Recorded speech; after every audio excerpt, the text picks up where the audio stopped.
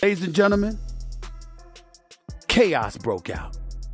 And I'm not talking about legit, bona fide boxing, pure boxing chaos. I'm talking about the kind of stuff that's just embarrassing. Look at this here, please. Happen, and I can't say if it is or it's not a mistake, but things happen in life. When you are as great as Floyd Money Mayweather, everybody doesn't deserve to be in your space.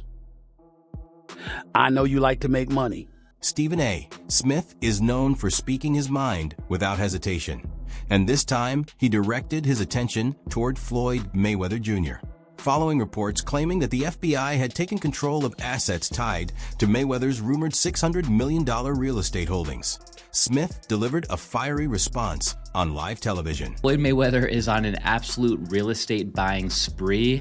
I'm honestly having kind of a hard time keeping up with all this. Just listen to some of these headlines. All of these were posted just in the last 8 days alone. Floyd Mayweather lands $402 million deal to buy over 60 buildings in New York City. Mayweather puts $100 million in $3 billion JV. Mayweather buying a stake in former Versace mansion in Miami Beach. I knew this guy was rich, and it's no secret that he's been doing some big real estate deals lately, but he's absolutely on a roll right now. Different sources give different numbers, but Floyd's net worth is estimated to be as high as $1.5 billion, which makes him one of the wealthiest athletes in the world. Because of that, he's owned massive mansions in Las Vegas, Beverly Hills, and Miami. Smith has personally witnessed the lavish world of Floyd Mayweather up close, getting the chance to walk through his luxury mansion, see his collection of high-end supercars, and even step aboard his private jet. That experience offered Smith a rare window into how Mayweather lives and operates beyond the boxing ring, especially when it comes to money and decision-making. What stood out most is how Mayweather's same focus and discipline inside the ring carried over into his approach to business. Over the years, that mindset helped him build an enormous fortune, with total career earnings reportedly surpassing $1 billion.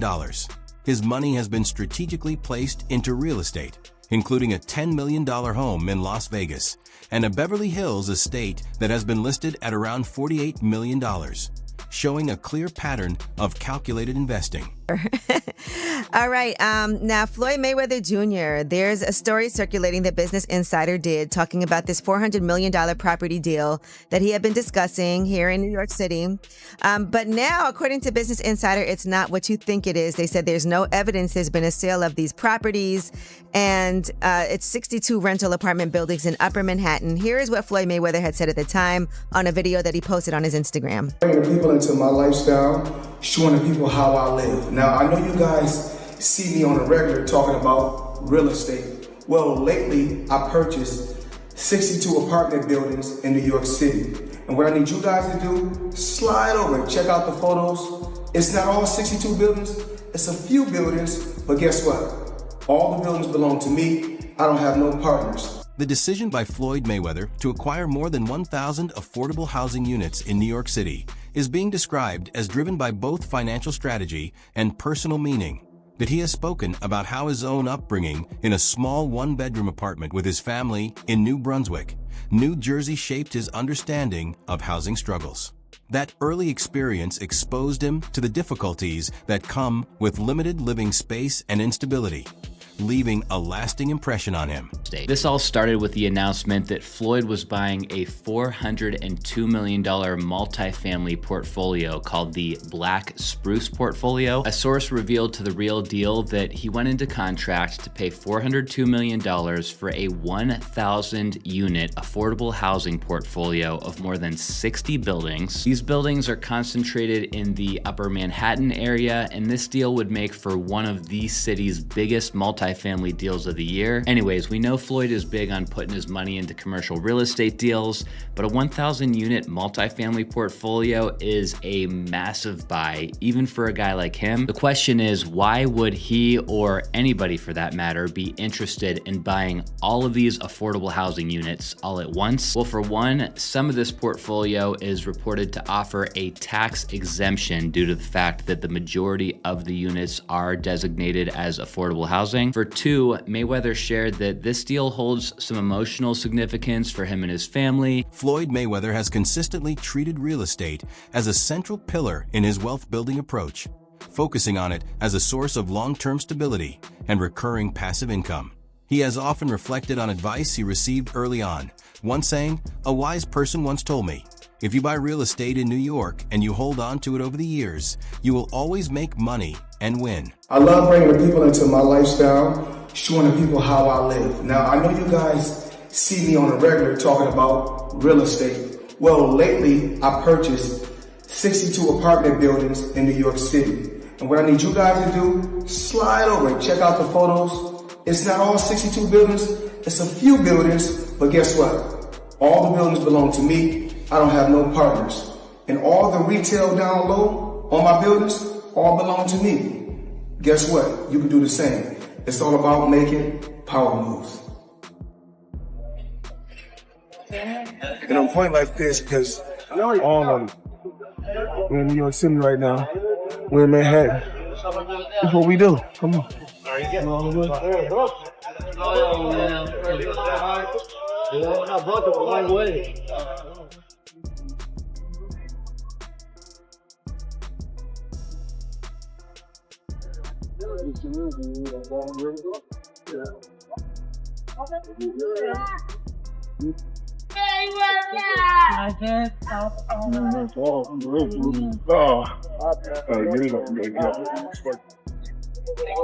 All this money made.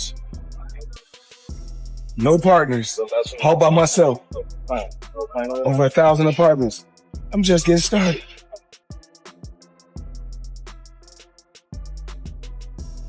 While near-term gains may appear relatively restrained, comparable to real estate investment trusts that typically yield about 5 to 6% per year, the outlook expands considerably over time. With thoughtful upgrades and a recovering market environment, the potential for strong long-range appreciation becomes much more significant. We got Floyd Mayweather back in the real estate news again. This guy's on an acquisition spree like I haven't seen in a long time. You got to remember, in October, he bought a portfolio of multifamily properties in around Manhattan for $402 million. Well, this time he went all in on office property for a $10 billion portfolio. I got this out of Real Deal, by the way.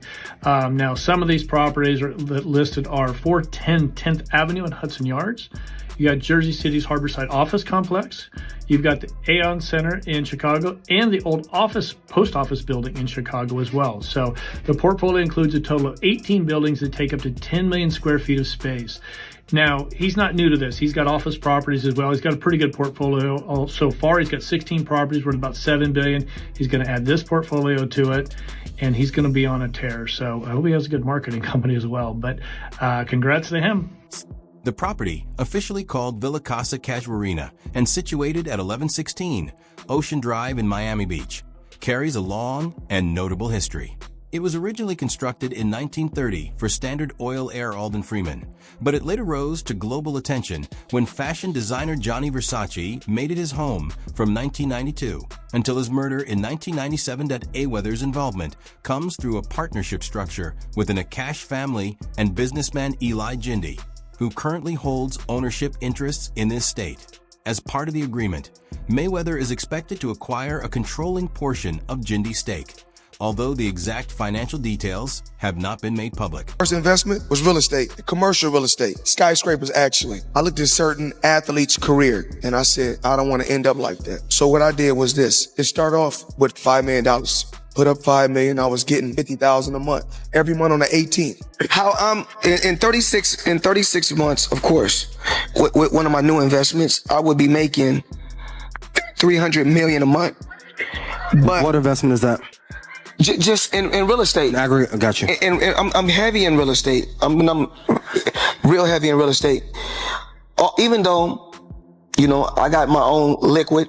If that means cash for those, I break it down in layman's terms. Even though I got a lot of cash, OPM. Okay. OPM.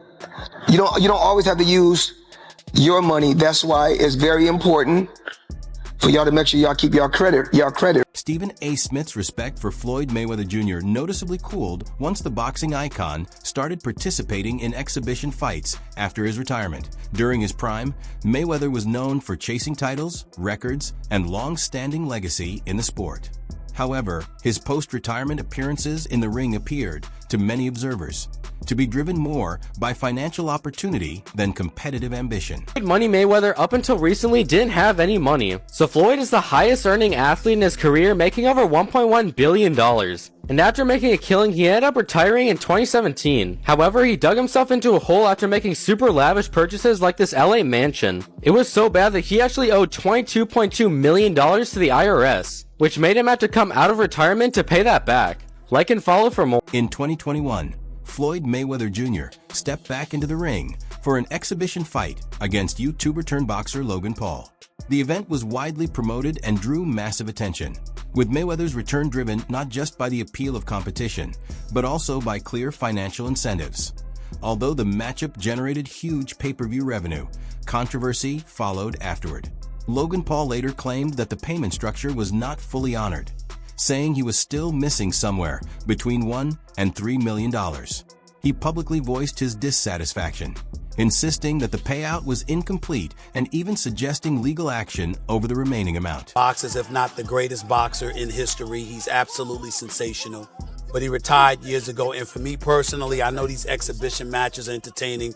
I like the one with Conor McGregor, not so much the one with Logan Paul. Looking at these exhibitions and all of that stuff, that little melee and stuff don't matter to me. As far as I'm concerned, it could have potentially been orchestrated. I don't know.